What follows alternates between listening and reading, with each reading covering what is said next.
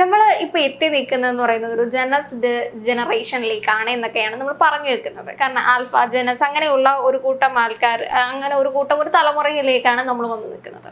അപ്പോൾ ഒരു ഡേറ്റിംഗ് ആപ്പിനെ പറ്റി സംസാരിക്കുകയാണെങ്കിൽ നമുക്കൊരു പുതുമയുള്ള കാര്യമല്ല. ഒരു 3-4 വർഷം മുമ്പാണെങ്കിൽ ഡേറ്റിംഗ് ആപ്പോ അതൊരു ദഹിക്കാത്ത, ഒരു ഡൈജസ്റ്റ് ചെയ്യാത്തൊരു കാര്യമായിരുന്നു. പക്ഷെ ഇപ്പം അങ്ങനെയല്ല. ഡേറ്റിംഗ് ആപ്സ് എന്നൊക്കെ പറയുന്നത് വളരെ സുലഭമാണെന്ന് എല്ലാവരും നോർമലൈസ്ഡ് ആയിട്ട് മാറിയൊരു കാര്യമാണ്. അതേപോലെ തന്നെ ഡേറ്റിംഗ് ആപ്പിൽ തന്നെ 2 ഡിഫറൻസ് ഉണ്ടെന്നുള്ളതാണ് വ്യത്യാസം. ഒന്ന് സാധാ ഡേറ്റിംഗ് ആപ്പ്, പിന്നെ ഈ ഒരു gay dating app, lesbian dating app, ഇങ്ങനെ പല വകഭേദങ്ങളാണ് വന്നിട്ടുള്ളത്. അത് ചിലപ്പോൾ ഈ ഒരു 1 year 2 year ആയിട്ടൊക്കെ ആയിരിക്കും കൂടുതലായിട്ടും ഡെവലപ്പായി വന്നതും എല്ലാവരും ഉപയോഗിച്ച് തുടങ്ങിയിട്ടുള്ളതും. പക്ഷെ അതും ഈ ഒരു ഞാനിപ്പോഴാണ് ഈ ഒരു ഗേ ഡേറ്റിംഗ് ആപ്പിനെ പറ്റി അല്ലെങ്കിൽ ഈ ഒഡീഷയിൽ നിന്ന് ഈ ഒരു വാർത്ത വന്നതിന് ശേഷമാണ് കൂടുതലായിട്ട് കേൾക്കുന്നത്. സാധാരണ നോർമൽ ഡേറ്റിംഗ് ആപ്സിനെ പറ്റി മാത്രമേ കേട്ടിട്ടുള്ളൂ. അപ്പോൾ ഈ ഗേ ഡേറ്റിംഗ് ആപ്സിന്റെ പ്രധാനമായി ഇവർ ഉപയോഗിച്ച് എന്താണെന്ന് അറിയോ? ഡ്രഗ് ഡീലിങ്ങിന് വേണ്ടിയിട്ട്. ഇതൊരു ഗ്യാങ് തന്നെയാണെന്ന് പറയാം. ഇവർ ഫോക്കസ് ചെയ്യുന്നത് LGBTQ+ കമ്മ്യൂണിറ്റിയിലെയാണ്. അപ്പോൾ ഈ കമ്മ്യൂണിറ്റിയിലുള്ള ആൾക്കാരുമായിട്ട് ഒരു ബന്ധം സ്ഥാപിക്കുക ഡേറ്റിംഗ് ആപ്പ് വഴി. എന്നിട്ട് എന്താ പതുക്കെ ഈ ഒരു ഡ്രഗ് ഡീലിംഗ് ഒക്കെ നടക്കുക. പിന്നീട് ഇവർക്ക് മീറ്റിംഗ് ആണെങ്കിലും ബാക്കി ഇവർക്ക് ആവശ്യമുള്ള കാര്യങ്ങളൊക്കെ ചെയ്തു കൊടുക്കും. പക്ഷെ അതിനോടൊപ്പം ഇവർ പ്രധാനമായിട്ടും ചെയ്യുന്നത് ഈ ഡ്രഗ് ഡീലിംഗ് ആണെന്നുള്ളതാണ്. അപ്പോൾ ഈ എല്ലാ ഡേറ്റിംഗ് ആപ്പുകളിലും ഈ ഒരു കാര്യം തന്നെ, ഈ ഒരു ഡ്രഗ് മാത്രം അല്ലെങ്കിൽ ഡ്രഗ് ഫോക്കസ് ചെയ്തിട്ട് ഒരു ഗ്യാങ് ഇതേപോലെ പ്രവർത്തിക്കുന്നുണ്ടാവില്ലേ? തീർച്ചയായിട്ടും ആതിര പറഞ്ഞതുപോലെ അത്തരത്തിലുള്ള സാധ്യതകൾ ഉണ്ട് എന്നാണ് ഞാൻ മനസ്സിലാക്കുന്നത്. ഭാരതീയ ന്യായ സംഹിത വന്നതിന് ശേഷം ഈ ഡ്രഗ് യൂസ് ചെയ്യുന്ന ആളുകൾ അല്ലെങ്കിൽ ഡ്രഗിൻ്റെ പുറത്ത് എല്ലാ വിധത്തിലുള്ള പണിയെടുക്കുന്ന, അതായത് ഇപ്പം അതിൻ്റെ ഏജന്റ് ആയിക്കോട്ടെ, അത് കൊണ്ടുവരുന്ന ആൾക്കാരായിക്കോട്ടെ, അതിന് പണം മുടക്കുന്ന ആളുകളായിക്കോട്ടെ, ഇവരെല്ലാം തന്നെ വലിയ വിധത്തിലുള്ള ശിക്ഷകൾ പറഞ്ഞു വെച്ചിരിക്കുന്നതാണ് പുതിയ നിയമം എന്ന് പറയുന്നത്. അതുകൊണ്ട് തന്നെ ആളുകൾക്ക് പ്രത്യക്ഷത്തിൽ ഇതങ്ങ് എളുപ്പത്തിൽ അങ്ങനെ കൈകാര്യം ചെയ്യാൻ കഴിയുന്നില്ല. ഇപ്പോൾ കേരളത്തിന് പുറത്ത് പല സ്ഥലത്തും NCB ഈ നർക്കോട്ടിക് കൺട്രോൾ ബ്യൂറോ ആണ് ഇപ്പം ചെയ്യുന്നത്, ഈ ഇത്തരത്തിലുള്ള കേസുകൾ പിടിക്കുന്നത്. അപ്പം അതുകൊണ്ട് ഇതിനെ ഒന്ന് മറികടക്കാൻ വേണ്ടി എന്താണ് മാർഗം എന്നുള്ളത് ഇവരെ ചിന്തിക്കും. കാരണം ഗവൺമെൻറ് ഒരു സൈഡിൽ നിന്ന് ഇത് ബ്ലോക്ക് ചെയ്യുമ്പോൾ അതിനെയും വെട്ടിച്ചുകൊണ്ട് മറുഭാഗത്ത് എന്തുണ്ട് വഴി എന്നുള്ളതാണ് ഈ പറയുന്ന ഡ്രഗ് മാഫിയ ആലോചിക്കുക. അതിന് ഏറ്റവും നല്ല വഴി എന്താ? ഈ പറയുന്നത് പോലെ ലെസ്ബിയൻ ഡേറ്റിംഗ്, അതുപോലെ തന്നെ ഗേ ഡേറ്റിംഗ് എന്നൊക്കെ പറഞ്ഞുള്ള ആപ്പിൽ തന്നെ കയറിയിട്ടുള്ള അല്ലെങ്കിൽ ഈ പറഞ്ഞ പിടിക്കപ്പെട്ട 2 പേരും ഗേ ഒന്നും അല്ല എന്നുള്ളതാണ് സത്യാവസ്ഥ. അല്ല, അതാണ് ഇവരവിടെ പോയിട്ട് ഗേ ഡേറ്റിംഗ് ആപ്പ് എന്ന് പറയുന്നത് അത്രത്തോളം ഡിമാൻഡബിൾ ആയിട്ടുള്ള ആൾക്കാരായിരിക്കും അതിനകത്തുള്ളത്.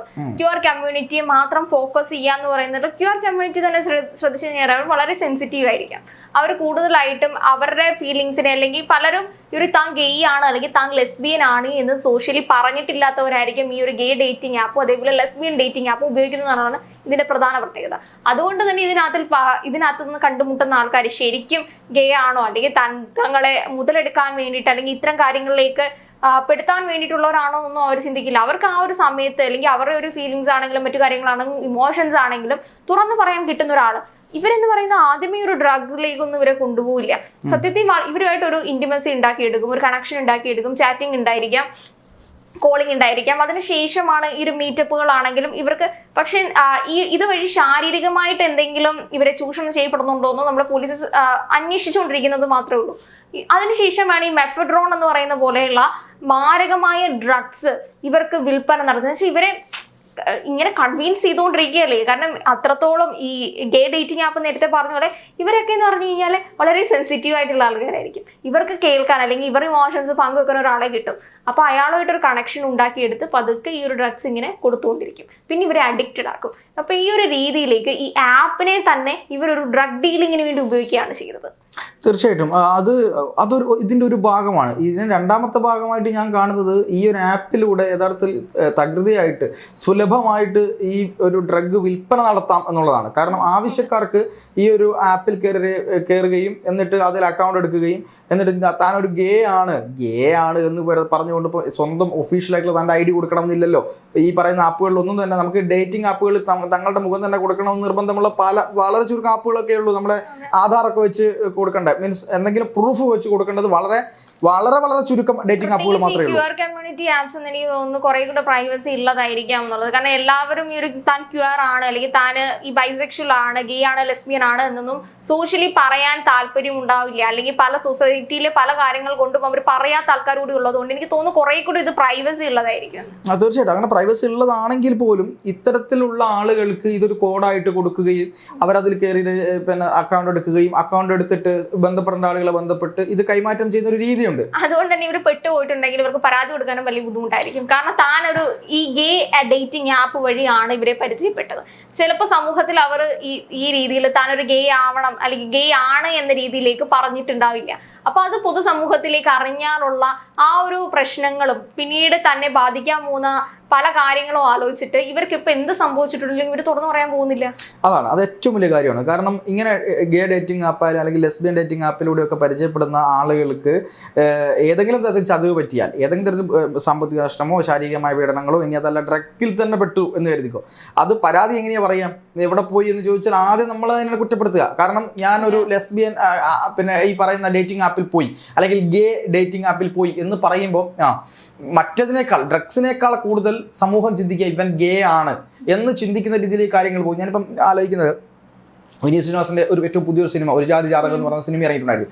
അതിൽ ഈ പറയുന്ന ഒരു കമ്മ്യൂണിറ്റി, ഇപ്പം ക്യൂർ കമ്മ്യൂണിറ്റി ആയാലും ഈ പറയുന്ന ഗേ കപ്പിളൊക്കെ ആയാലും അതിനെയൊക്കെ ഒരു എന്താണ് അതിനെയല്ല അതിൽ ഉദ്ദേശിച്ചത്, വേറൊരു രീതിയിലാണ് ആ കാര്യങ്ങളെ കൊണ്ടുപോയതെങ്കിലും ഒരു വല്ലാത്ത രീതിയിൽ ആ ഒരു കമ്മ്യൂണിറ്റി ആക്ഷേപിക്കുന്ന രീതിയിൽ ആക്ഷേപിക്കുന്നു എന്ന് എനിക്ക് പറയാൻ പറ്റുമോ എന്ന് എനിക്കറിയില്ല. കാര്യം എന്താണ് അവരുടെ ഒരു സ്വാതന്ത്ര്യം ഉണ്ടല്ലോ. അതായത് ഞാൻ പറയുന്ന പോലെ നമ്മളെ എന്താണ് ആവിഷ്കാര സ്വാതന്ത്ര്യം എന്ന് പറയുന്നത് ഞാൻ കൈവെക്കാൻ ആഗ്രഹിക്കുന്നില്ല. എങ്കിൽ പോലും ആ സിനിമ പറയുന്ന ചില കാര്യങ്ങളുണ്ട്, ചില വേർഡുകളുണ്ട്. അപ്പോൾ അതൊക്കെ ഇവരെ കമ്മ്യൂണിറ്റിക്ക് വലിയ ബുദ്ധിമുട്ടുണ്ടാക്കിയ ഒരു സംഭവമായിരുന്നു. അപ്പോൾ അതുപോലെ അങ്ങനെയാണ് സമൂഹം പലപ്പോഴും ഈ ഗേ കപ്പിൾസിനെയൊക്കെ കാണാൻ ശ്രമിക്കുന്നത്. ഞാൻ അതുകൊണ്ടാണ് ഈ സിനിമയെ കൂട്ടി ഞാൻ ഉദ്ദേശിച്ചത്.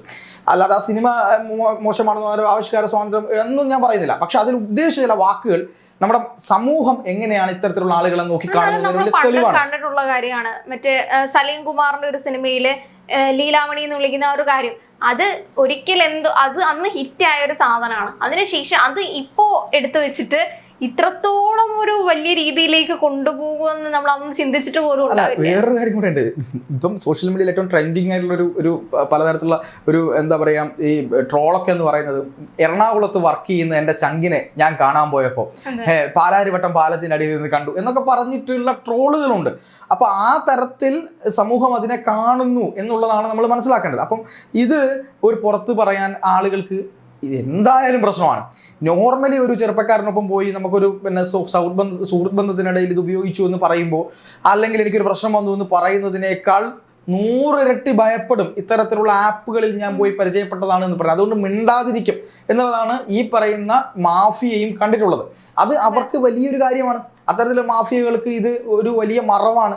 ആ മറവിന്റെ പുറത്ത് ഇവർ വളരെ സുരക്ഷിതരാണ് എന്നൊരു ബോധം ഇവർക്കുണ്ട്. അതാണ് ഇവർക്ക് അവരും കൃത്യമായിട്ടുള്ള പ്ലാൻഡ് ക്രിമിനൽസ് എന്ന് തന്നെ നമുക്ക് വിളിക്കാൻ പറ്റും. ഇവർക്ക് തന്നെ അറിയാം ഈ വരുന്ന എല്ലാ ഗേ എന്ന് പറയുന്നത് എത്രത്തോളം, ചിലപ്പോൾ ആ ഒരു ഗേ ആപ്പ് എടുക്കുമ്പോഴായിരിക്കും അറിയുന്നത് എത്രത്തോളം ആൾക്കാരാണ് അതിനകത്തുള്ളത് എന്ന്. ചിലപ്പോൾ അത്രത്തോളം ആൾക്കാർ ഞാൻ ഐഡന്റിഫൈ ആസ് ഗേ എന്നൊന്നും ഇത് രേഖപ്പെടുത്തിയിട്ടുണ്ടെങ്കിൽ നമ്മുടെ ഇവിടുത്തെ ശതമാനം എടുത്തിട്ടുണ്ടെങ്കിൽ പോലും അതിനെക്കാട്ടും കൂടുതൽ ആൾക്കാരായിരിക്കും അതിൽ മെമ്പേഴ്സ് ആയിട്ടുള്ളതെന്ന് പറയുന്നത്.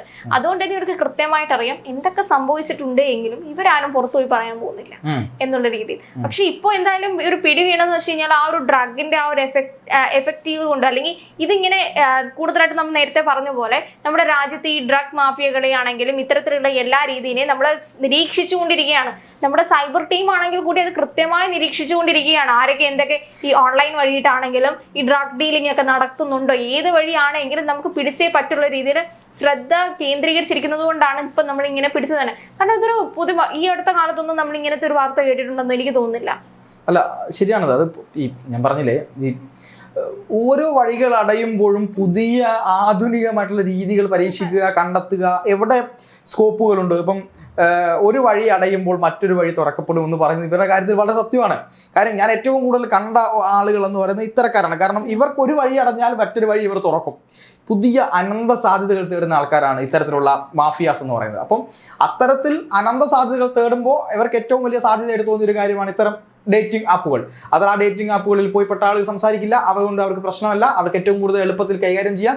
ഇനി മാത്രമല്ല, ഈ ഗേ ആപ്പുകളിൽ കൂടെ യഥാർത്ഥത്തിൽ ഗേ ആയിട്ടുള്ള ലെസ്ബിയൻസ് ആയിട്ടുള്ള ആളുകളെ തമ്മിൽ പരിചയപ്പെടുത്തുകയും അവരുടെ വീഡിയോസുകൾ വരെ എടുത്തു വെക്കുന്ന രീതിയിലേക്ക് വരെ ഉള്ള ചതികളുണ്ട് എന്നാണ് മനസ്സിലാകുന്നത്. അപ്പം അതൊക്കെ കൊണ്ടുപോയിട്ട് ഇവരെ തള്ളുന്നത് വലിയ പ്രശ്നത്തിലേക്കാണ്.